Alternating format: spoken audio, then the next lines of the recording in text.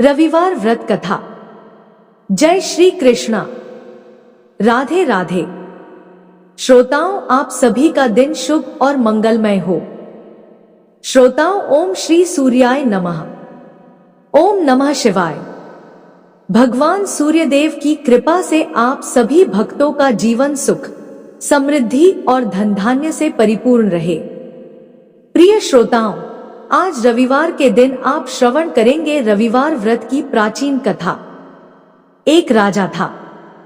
उसके पास सिपाही, घोड़े, दास दासियां, धन दौलत सब कुछ था।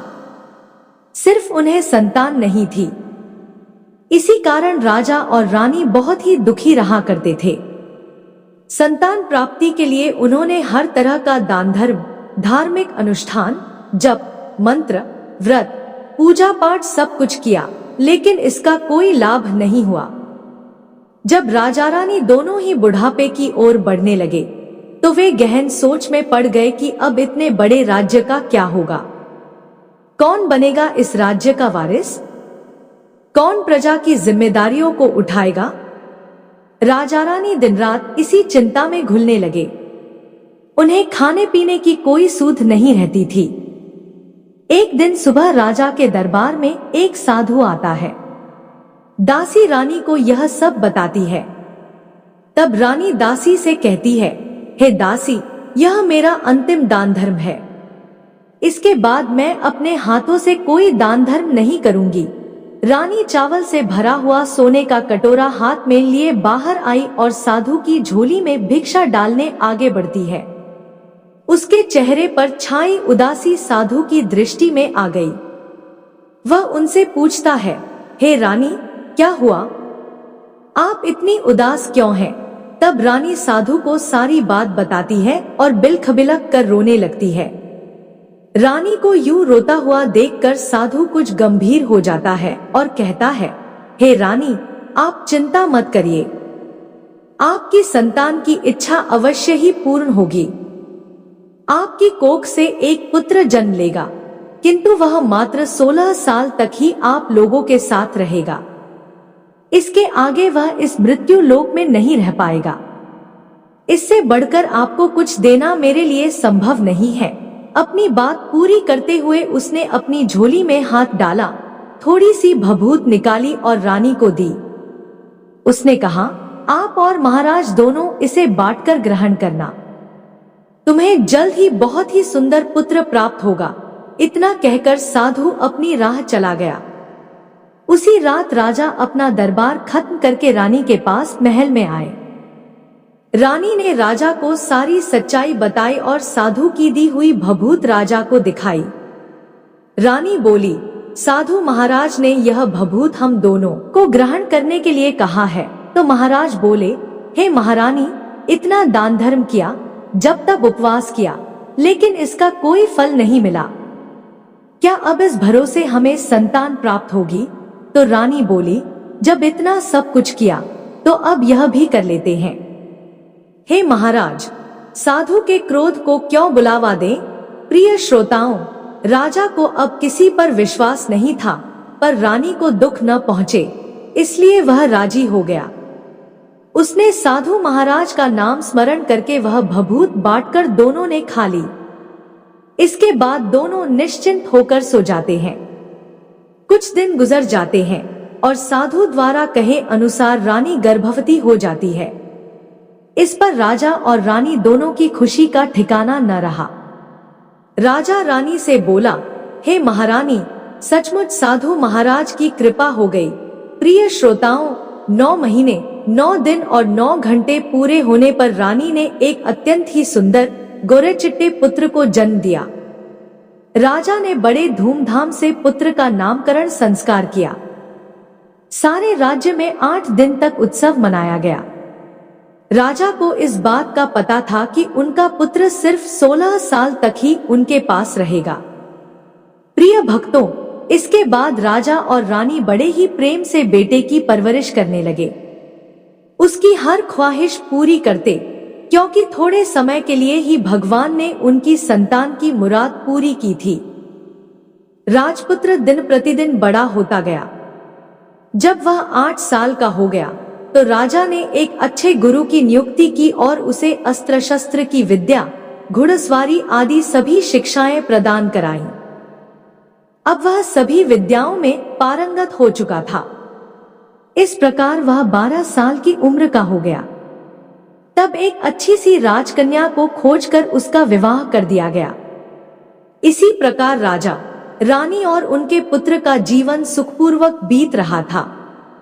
लेकिन जब राजपुत्र 16 साल का हुआ तो एक दिन उसने अपने पिता से कहा, पिताजी, मैं अपना राज्य घूमकर देखना चाहता हूँ।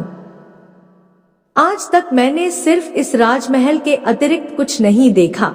बेटे की बात सुनकर राजा चिंतित हो गया, क्योंकि पुत्र का 16वां साल शुरू हुआ था। अब कोई अनहोनी होने का वक्त नजदीक आ गया था। लेकिन राजा यह सब बातें पुत्र को नहीं बता सकता था। वह क्या करता? चेहरे पर झूठी मुस्कान लेकर बेटे से कहता, हे पुत्र, जरूर तुम्हें अपने राज्य के बारे में जानना चाहिए। मेरे बाद तुम ही तो राजा बनोगे, अपना राजपाट संभालोगे। परंतु एक बात का ध्यान रखना कि तुम जहां भी जा रहे हो और क्या कर रहे हो, यह बात अपनी पत्नी को मत बताना। पुत्र कहता है, ठीक है पिताजी, आपने जो कहा मैं वैसा ही करूंगा। राजपुत्र दिन भर अपनी पत्नी के साथ मौजमस्ती करता और खुशी पूर्वक रहता। लेकिन रात को ठीक 12 बजे बिस्तर से उठकर बाहर चला जाता और फिर सूर्य उदय होने से पहले वापस अपने महल में आकर सो जाता। ऐसा कई दिनों तक चलता रहा। अब राजपुत्र का 16वां साल खत्म होने में कुछ ही दिन बाकी रह गए थे। इतने में उसकी पत्नी यानी छोटी रानी एक दिन रात में जाग जाती है। वह देखती है कि बिस्तर पर राजकुमार नहीं है। वह महल में हर जगह देखती है, लेकिन राजपुत्र कहीं नजर नहीं आता। अब वह सोचती है कि वह क्या करेगी और किससे कहेगी। वह चुपचाप रहती है। फिर भोर होने पर वह देखती है कि उसका पति अपनी जगह पर सोया हुआ है। वह पति से कुछ नहीं पूछती। लेकिन दूसरी रात भी वैसा ही होता है। तीसरी रात, चौथी रात, 5वीं रात, ऐसे कई दिन तक चलता रहा।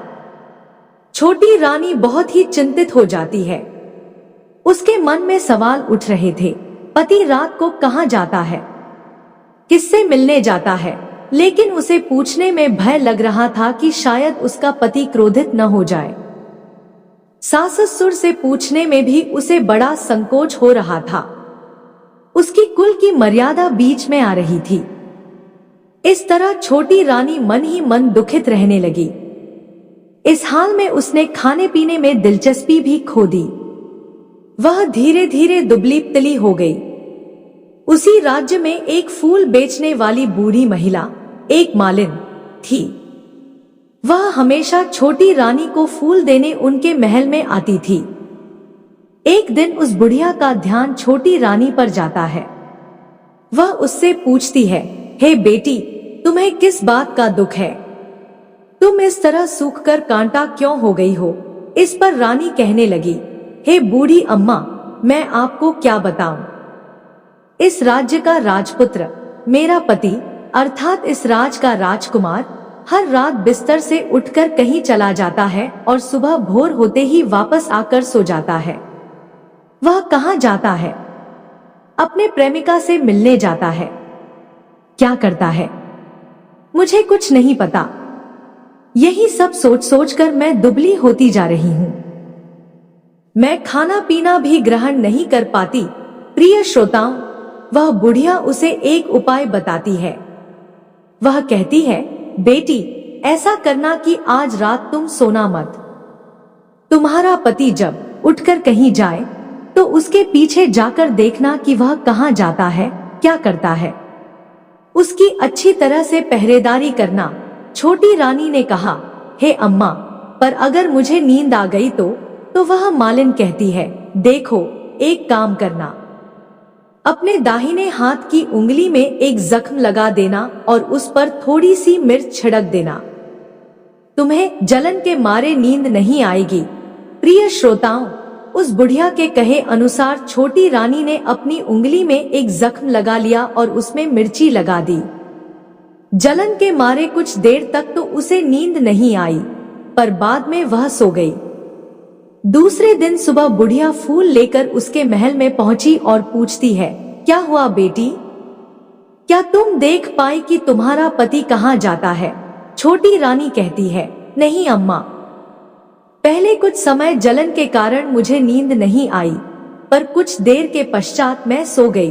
बुढ़िया कहती है, कोई बात नहीं, आज तुम उंगली पर पहले से ज्यादा बड़ा जख्म करना और ज्यादा मिर्ची लगाना। तो छोटी रानी ने वैसा ही किया, परंतु वह सिर्फ पति को बाहर निकलते हुए देख पाई। उसके पश्चात उसकी आंखें बंद हो गई और फिर उसे नींद आ गई। दूसरे दिन सुबह वह बुढ़िया फिर आती है। उसके पूछने से पहले ही छोटी रानी रोने लगती है और कहती है, अम्मा, मैं आज भी उनकी पहरेदारी ठीक से नहीं कर पाई। बुढ़िया कहती है, रो मत बेटी, सब कुछ ठीक हो जाएगा।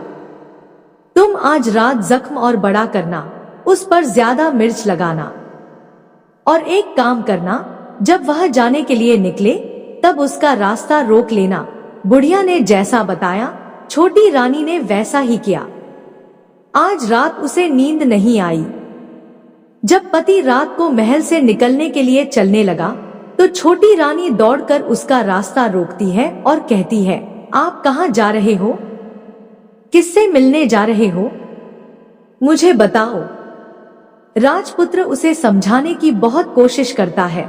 देखो, अगर मैंने तुम्हें यह बात बता दी तो मैं तुम्हें दोबारा नहीं मिल पाऊंगा। छोटी रानी कहती है, कोई बात नहीं, ना मिल पाओ, लेकिन आप रात के समय कहाँ जाते हो यह मुझे बता दो। राजपुत्र निरुत्तर हो जाता है और अपनी पत्नी के जिद के आगे उसकी एक नहीं चल पाती।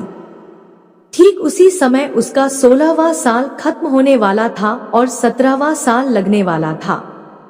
अब वह राजकुमार कुछ सोचता है और कुछ चावल मंत्रों से सिद्ध करके अपनी पत्नी को देकर कहता है, इन चावलों को दोनों हाथों में मुट्ठी में पकड़ना। पहले दाएं हाथ में पकड़े चावल मेरे ऊपर फेंकना। मैं कौन हूँ तुम्हें पता चल जाएगा। बाद में बाएं हाथ में पकड़े चावल मेरे ऊपर फेंकना। मैं जैसा था तुम्हें वैसा मिल जाऊंगा। लेकिन यदि तुम बाएं हाथ के चावल मेरे ऊपर फेंकना भूल गई तो मैं तुम्हें कभी नहीं मिल पाऊंगा। छोटी रानी ने कहा, नहीं भूलूंगी। छोटी रानी बड़े ही आत्मविश्वास के साथ यह कहकर दाएं हाथ में पकड़े चावल पति के ऊपर फेंकती है। तब राजपुत्र एक विशाल घोड़ा बन जाता है, एकदम सफेद, लंबी गर्दन और बड़ा ही तेजस्वी। वह घोड़ा देखते ही देखते तेजी से दौड़ने लगा। छोटी रानी उस घोड़े को देखकर एकदम भौचक्की रह जाती है। लेकिन पति ने बाएं हाथ के चावल फेंकने की जो बात कही थी वह भूल जाती है। उसकी आंखों के सामने घोड़ा महल से बाहर निकलकर चला जाता है। घोड़ा जब महल से बाहर जाता है तो वापस नहीं आता। अब छोटी रानी को बड़ा ही पश्चाताप हुआ।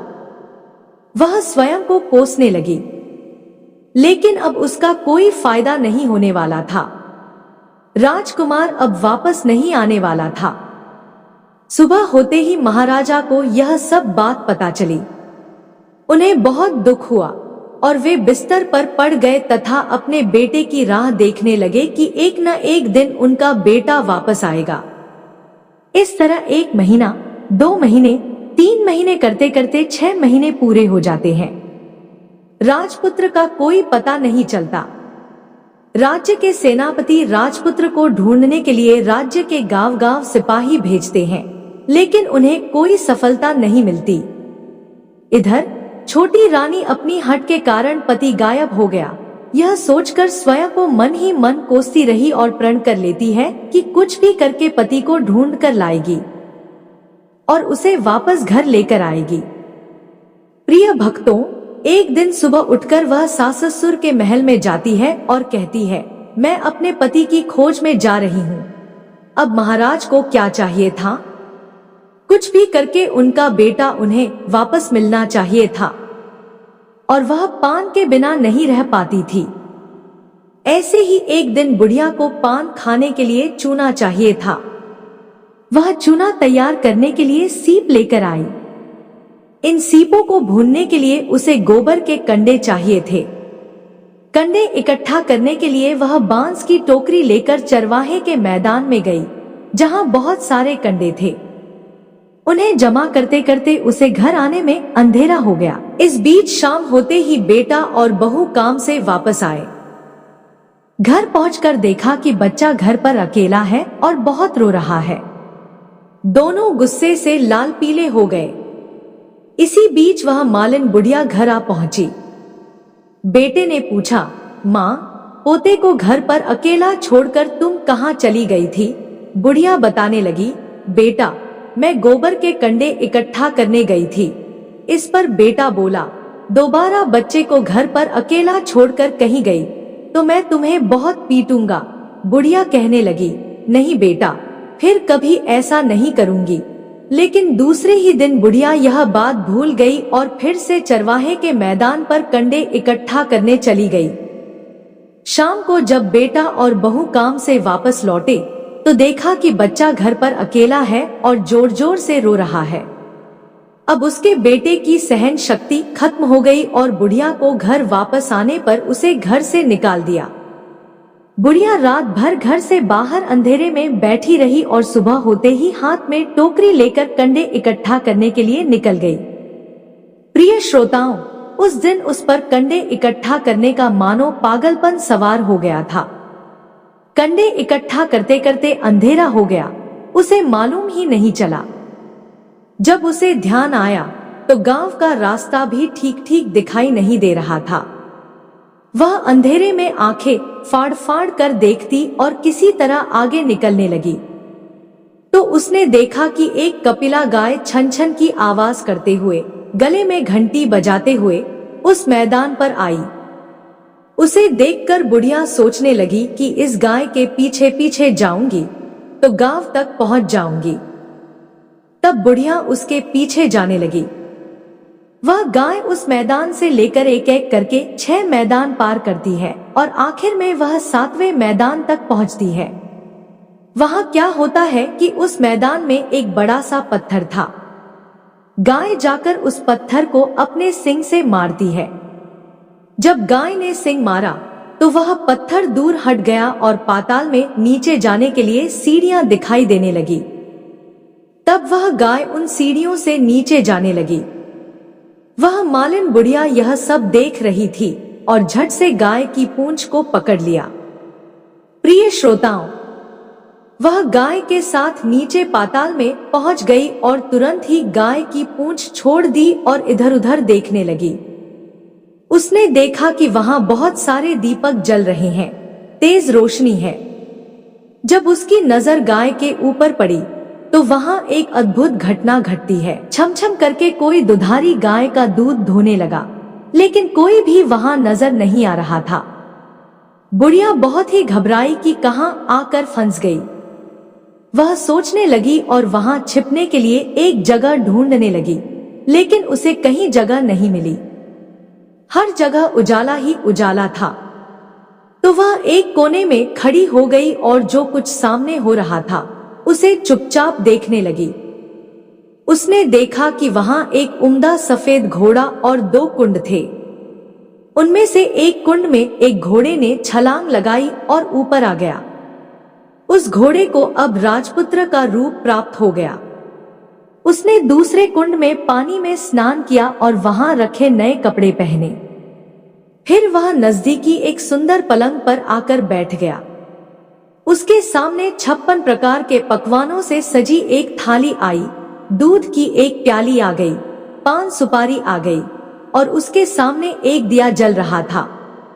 राजपुत्र ने खाना खाया, पानी पिया, पान सुपारी खाई और बिस्तर पर लेटने से पहले सूर्य भगवान का स्मरण करके सामने जलते हुए दिए से पूछा, हे दीपंकर, मेरे माता पिता क्या कर रहे हैं? दिया बताने लगा, बेटे के शोक में डूबे हैं।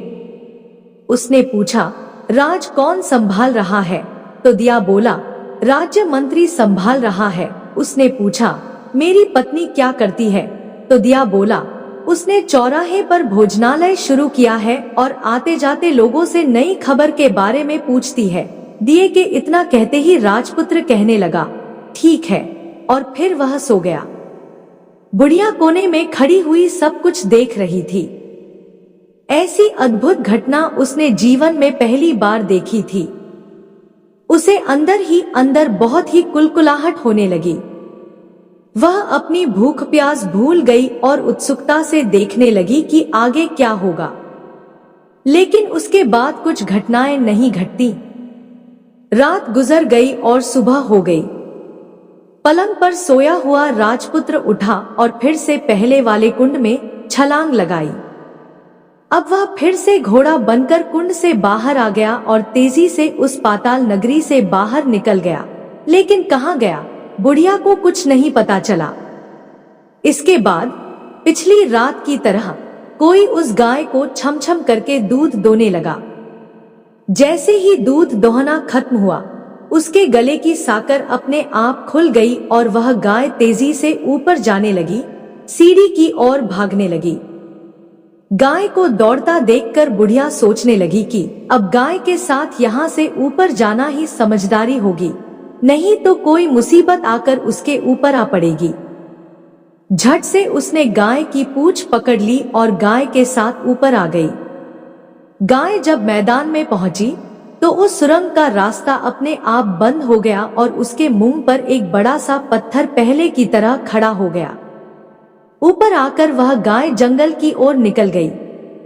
इधर वह बुढ़िया एकदम सी बावली हो गई। उसने पाताल नगरी में जो कुछ देखा था वह जल्दी जल्दी किसी को बताने के लिए बड़ी ही उतावली थी। तो उसे एकदम याद आया कि नगर की सीमा पर कोई औरत भोजनालय चला रही है और नई बात बताने वाले को अच्छा अच्छा खाना बना देती है। वह सोचने लगी, क्यों ना मैं यह बात उस औरत को बताऊं? यदि उसे यह बात पसंद आई तो बाकी जीवन खाने पीने की झंझट से मुक्ति मिल जाएगी। बुढ़िया ने मन में तय किया और तुरंत भोजनालय के द्वार पर पहुंच गई, जहां द्वार पर टंगी नगाड़े के सामने खड़ी हो गई और जोर जोर से नगाड़ा बजाना शुरू कर दिया। नगाड़े का इस तरह शोर सुनकर मालकिन यानी छोटी रानी मन में प्रसन्न हो गई कि शायद कोई नई बात लेकर यहाँ आया है। रानी ने सिपाहियों को आदेश दिया, जाइए और देखिए कौन आया है, उसकी अच्छे से खातिरदारी कीजिए। छोटी रानी का आदेश पाते ही सिपाही दौड़ते हुए गए और वहां एक बुढ़िया नगाड़ा बजा रही थी। उन्होंने पूछा, बुढ़िया माई क्या हुआ, नगाड़ा क्यों बजा रही हो? बुढ़िया बोली, कुछ नहीं बेटा, यहाँ खाना मिलता है ना, इसीलिए आई हूँ। तो सिपाहियों ने कहा, माई खाना चाहिए? खाना तो मिलेगा, लेकिन तुम्हें कोई नई बात बतानी पड़ेगी। बुढ़िया ने कहा, हाँ बताऊंगी। एक बात मालूम है मुझे। इस पर सिपाही उसे अंदर लेकर आए और मालकिन के आदेश के अनुसार बहुत सेवा सत्कार किया गया। बड़ी से सुंदर थाली में सुंदर सुंदर पकवान और व्यंजन परोसे गए। बुढ़िया बहुत दिनों से भूखी थी, वह खाने पर टूट पड़ी। खाना खाने के बाद सिपाही ने उसे नई साड़ी पहनने को दी। उसके बाद उसे लेकर रानी के पास आए। बुढ़िया और छोटी रानी ने तुरंत एक दूसरे को पहचान लिया। तब छोटी रानी ने बुढ़िया से कहा, अम्मा अब बताओ तुमने क्या नई बात देखी? बुढ़िया ने कहा, नई बात? मैंने कोई नई बात नहीं देखी। मेरे पास तो तुम्हें देने के लिए खाने के पैसे नहीं थे, इसलिए मैंने झूठ कहा और नगाड़ा बजाया। रानी ने कहा, अम्मा घबराना नहीं, मैं किसी को तुम्हारा नाम नहीं बताऊंगी। फिर भी बुढ़िया ने कहा, मेरे पास कोई नई बात नहीं है। इस पर रानी ने उससे कहा, देखो अम्मा, तुमने मुझे वह नई बात बताई तो जिंदगी भर तुम्हारी देखभाल मैं करूंगी, तुम्हें राजमाता की तरह रखूंगी। अब बुढ़िया बताने के लिए तैयार हो गई। उसने जो कुछ भी चारागाह वाले मैदान में देखा था सब कुछ सच सच छोटी रानी को बता दिया। बुढ़िया की बातें सुनकर छोटी रानी को यकीन हो गया कि वह राजपुत्र उसी का पति है। वह तुरंत बुढ़िया से कहने लगी, हे अम्मा, मुझे उस जगह पर ले चलो। तब बुढ़िया बोली, नहीं बेटी, वह पाताल लोक है, वहां सांप आदि रहते हैं। तुम्हें देख लिया तो तुम्हारी जान खतरे में पड़ सकती है। लेकिन छोटी रानी उसकी एक भी बात नहीं सुनती, उसे उस जगह ले जाने के लिए हट करने लगी। आखिर में बुढ़िया ने उसका कहना मान लिया और कहने लगी, ठीक है, मैं तुम्हें वहां ले जा सकती हूँ, पर आज नहीं, कल वहां जाना। दूसरे दिन दोपहर को रानी बुढ़िया के साथ उस मैदान पर गई और एक जगह छुपकर गाय के आने की राह देखने लगी। दिन ढलते ही अंधेरा गिरने लगा और गाय हमेशा की तरह वहां मैदान में आ गई और उस कोने में जाकर उसने पत्थर पर सींग मारा तो छत से पत्थर हट गया और सुरंग में जाने के लिए रास्ता खुल गया। गाय उस रास्ते से नीचे उतरने लगी तो बुढ़िया छोटी रानी से कहने लगी, हे बेटी, आगे बढ़ो, हम गाय की पूंछ पकड़कर नीचे उतरेंगे। तो दोनों गाय की पूंछ पकड़कर नीचे उतर गए। बुढ़िया पहले जिस कोने में छिपी थी उसी कोने में छिप गई। अब नीचे सब कुछ पहले जैसा घटित हो रहा था। गाय के गले में अपने आप साकल पड़ गई। कोई अदृश्य रूप से उसका दूध दुहने लगा। एक सफेद घोड़ा आकर एक कुंड में छलांग लगाई तो राजपुत्र के रूप में ऊपर आया। वह राजपुत्र दूसरे कुंड में नहाने लगा।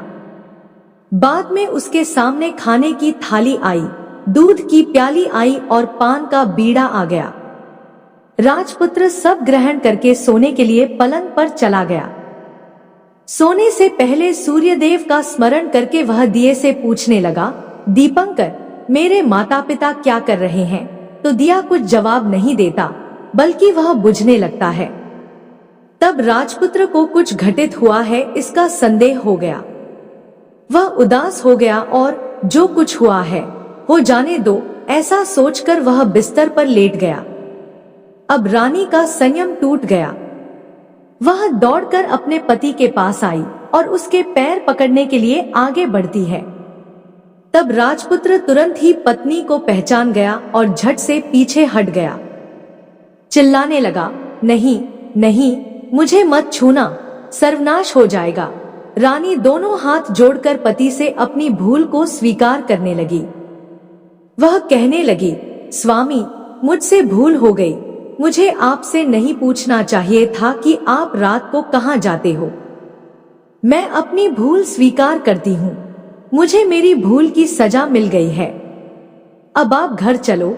आपके वियोग में आपके माता पिता ने बिस्तर पकड़ लिया है। आपकी प्रजा बहुत दुखी है। इस पर राजपुत्र कहने लगा, वही तो, एक बार तुम गलती कर बैठी हो, अब दोबारा मत करना, नहीं तो मैं तुम्हें जो दिख रहा हूँ वह भी नहीं दिखाई दूंगा। रानी अब विलाप करने लगी, जोर जोर से जमीन पर सिर पटकने लगी। राजपुत्र के मन में उसके प्रति दया उत्पन्न हो गई। वह उससे कहने लगा, यदि तुम मुझे पाना चाहती हो तो तुम्हें एक काम करना होगा। काम कठिन है, लेकिन वह तुम्हें अकेली ही करना होगा। रानी ने कहा, कहो स्वामी, कितना भी कठिन काम हो मैं पूर्ण करूंगी। इस पर राजपुत्र ने कहा, इस पाताल से ऊपर जाते ही तुम्हें एक घना जंगल नजर आएगा। ऐसे 6 जंगल पार करने के पश्चात तुम्हें एक 7वां जंगल मिलेगा। वह जंगल सबसे घना है। उस जंगल के बीचों बीच एक पीपल का पेड़ है। उसके आसपास की जगह पत्ते, फंदे, जटाएं आदि से ढक चुकी है। वहां बाघ, शेर, सांप, भालू बैठे हैं। तुम्हें उन सबको भगाकर वह जगह साफ करनी है। उसको गोबर से पाई करके पवित्र बनाना है, रंगोली से सजाना है। उसके बाद वहां धूप कपूर जलानी है, फूल और कुमकुम से पेड़ की पूजा करनी है, दूध और दही से बने चावल का भोग लगाना है। यह सब तुम्हें दोपहर को 12 बजे से पहले करना है। 12 बजने के समय तुम्हें उस जगह पर बैठकर सूर्य भगवान का ध्यान करना है। ठीक 12 बजे सूर्य भगवान का रथ वहां उतरेगा। वे सब देखकर खुश हो जाएंगे और कहेंगे कि जिस किसी ने भी यह सब किया उसे मैं मनचाहा फल दूंगा। तो तुम सामने जाकर उनके रथ का दाहिना घोड़ा मांगना, मैं तुम्हें मिल जाऊंगा। इतनी बात कहकर राजपुत्र अपने पलंग पर सो गया। छोटी रानी रात भर वहीं रही और सुबह होते ही बुढ़िया के साथ गाय की पूंछ पकड़कर ऊपर आने के बाद बुढ़िया से कहने लगी, अम्मा अब मैं अकेले ही आगे जाऊंगी, तुम भोजनालय वापस जाओ। वह जंगल में जाकर राजपुत्र के कहे अनुसार वह जगह साफ करती है। बाद में राजपुत्र ने जैसा बताया था उसे वैसे लिपाई करके वापस आ गई। दूसरे दिन सुबह होने से पहले उठी और जंगल में उसी जगह पहुंची जहां इत्र गुलाब का पानी छिड़क कर वह जगह सुगंधित की, धूप अगरबत्ती जलाकर उसे पवित्र किया और पूजा की सारी सामग्री वहां तैयार रखकर सूर्य भगवान का ध्यान धर के बैठ गई। जैसा कि पति ने बताया था, दोपहर को ठीक 12 बजे सूर्य भगवान का रथ उसी पीपल के पेड़ पर आकर रुका। सूर्य भगवान ने जब रथ के नीचे देखा तो सुगंधित वातावरण देखकर वे बहुत ही प्रसन्न हो गए। फिर वे बोले, जिस किसी ने यह काम किया मैं उसे मनचाहा वरदान दूंगा। यह सुनकर वह दौड़कर उनके सामने आ गई, उन्हें साष्टांग नमस्कार करके बोली, भगवान वह मैं ही हूँ, मैंने इस जगह को साफ किया है। तब सूर्य भगवान ने कहा, अच्छा तो तुम्हें जो चाहिए वह मांगो। उसने कहा, भगवान मुझे आपके रथ का दाहिना घोड़ा चाहिए। सूर्य भगवान बोले, नहीं नहीं, मैं तुम्हें और कुछ भी दे सकता हूँ, लेकिन यह घोड़ा नहीं दे सकता। मेरे रथ के 12 घोड़े हैं, तुम चाहो तो कोई और घोड़ा मांग लो, लेकिन यह दाहिना घोड़ा नहीं, वह मैं तुम्हें नहीं दे सकता। छोटी रानी ने एक नहीं सुनी, वह सूर्यदेव से एक ही बात की रट लगाती रही कि उसे दाहिना घोड़ा दे दीजिए, नहीं तो मैं आपके पैरों में गिरकर अपनी जान दे दूंगी। अब सूर्यदेव धर्म संकट में पड़ गए, उन्होंने वचन दे दिया था, अब अपने वचन से पलट भी नहीं सकते थे। तब सूर्य भगवान ने बोला, मैंने तुम्हें घोड़ा दे दिया, लेकिन घोड़ा तो दे दिया, वह तुम्हें वहां नहीं मिलेगा, तुम्हें उसे पाताल लोक में जाकर लाना होगा। रानी बोली, पाताल लोक में क्यों भगवान, मैं उन्हें पाने के लिए कहीं भी जा सकती हूँ। रानी को वचन देकर भगवान सूर्यदेव अंतर्ध्यान हो गए और अपने मार्ग पर चले गए। इधर रानी जंगल से अपने भोजनालय में गई, फिर बुढ़िया को साथ लेकर उस मैदान में गई और जल्दी ही शाम हो गई। शाम होते ही वहां एक गाय आई, उसने सींग मारकर सुरंग का पत्थर हटाया, नीचे उतरने लगी। रानी और बुढ़िया जल्दी जल्दी उसकी पूंछ पकड़कर नीचे उतर गई। पाताल में सब घटनाएं पहले की तरह ही घटने लगीं। घोड़े का एक कुंड में नहाकर राजपुत्र बन जाना, नहा धोकर पलंग पर जाकर बैठना, उसे खाने की थाली, दूध प्याली, पान का बीड़ा आना। लेकिन आज एक नई बात घटी, आज 2-2 थाली, 2-2 दूध की प्याली और 2-2 पान के बीड़े उसके सामने आए। वह कुछ नहीं बोला, अपने हिस्से की थाली खाकर, दूध पीकर, पान का बीड़ा चबाकर वह सोने चला गया और हमेशा की तरह दिए से पूछने लगा, हे प्यारे दिए, दीपंकर, मेरे माता पिता क्या कर रहे हैं? दिए ने बताया, हे राजपुत्र, वे दोनों तुम्हारे शोक में मरने की स्थिति में पहुंच गए हैं। ऐसा सुनकर उसकी आंखों से झरझर आंसू टपकने लगे। फिर वह पूछने लगा, हे दीपंकर, मेरा राज कैसा चल रहा है? दिए ने कहा, राजपुत्र, तुम्हारा राज्य प्रधानमंत्री चला रहा है और वह सब कुछ हड़प चुका है। वह प्रजा पर बहुत ही अत्याचार कर रहा है। यह सुनकर राजपुत्र को बड़ा ही क्रोध आया। वह क्रोध से तमतमा गया, अपनी मुट्ठी भजने लगा। अब उसने दिए से पूछा, दीपंकर, मेरी पत्नी क्या कर रही है? अब दिया कुछ नहीं बोला और चुप रह गया।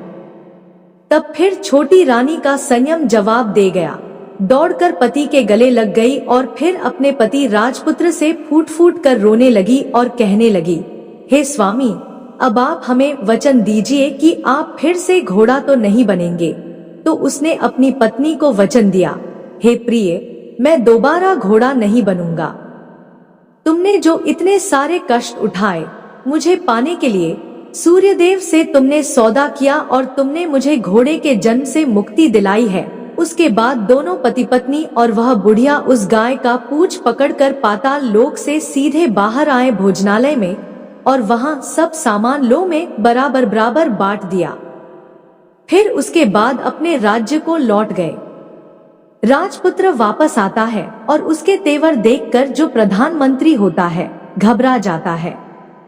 राजपुत्र ने उसे बंदी बनाने का आदेश दे दिया और उसे कैद खाने में डलवा दिया और राज की बागडोर अपने हाथों में ले ली। इसके बाद वह अपने माता पिता से मिलने के लिए महल में गया। तब राजपुत्र वहां पहुंचकर क्या देखता है कि उसके माता पिता उसके शोक में अस्थि पंजर बने हुए हैं। पुत्र को वापस आया देखकर मरणासन राजा रानी की आंखों से टप टप आंसू की धाराएं बहने लगती हैं। उन दोनों ने पुत्र को गले लगा लिया, उसे बड़ा ही प्रेम किया। इतना होने के बाद उनकी सेहत में एकदम सुधार आने लगा। अब वे बिस्तर से उठकर बैठ गए, पुत्र को आशीर्वाद देने लगे। राजपुत्र के आने की खबर तुरंत राज में फैल गई। प्रजा खुशी के मारे फूली नहीं समाई, प्रजा महल के सामने इकट्ठी हो गई। राजपुत्र ने भी उन्हें दर्शन दिए और आज से उन्हें कोई दुख ना पहुंचे, ऐसा उन्हें वचन दिया। अब राजा ने अपने पुत्र का राज अभिषेक करके उसे सिंहासन पर बैठाया। प्रिय भक्तों, और अपनी बहू को महारानी का दर्जा दिया और स्वयं अपनी पत्नी के साथ ईश्वर स्मरण करते हुए खुशी से दिन व्यतीत करने लगे। महाराजा बना राजपुत्र अच्छी तरह से राज चलाने लगा, अपनी पत्नी के साथ सुख शांति से जीवन व्यतीत करने लगा। उस बुढ़िया को रानी ने अपने ही पास रखा और उसकी अच्छी तरह से देखभाल करने लगी। बुढ़िया के बुढ़ापे के दिन खुशी से गुजरने लगे। सारी प्रजा जन प्रेम से रहने लगी। तब राजपुत्र ने एक और घोषणा की, हे प्रिय प्रजाजनों, तुम आज के बाद सूर्य नारायण भगवान का व्रत करो। प्रत्येक रविवार को उन्हें प्रेम पूर्वक अर्घ दो, घर की लिपाई करो तथा अपने घर में सुख समृद्धि की कामना करो।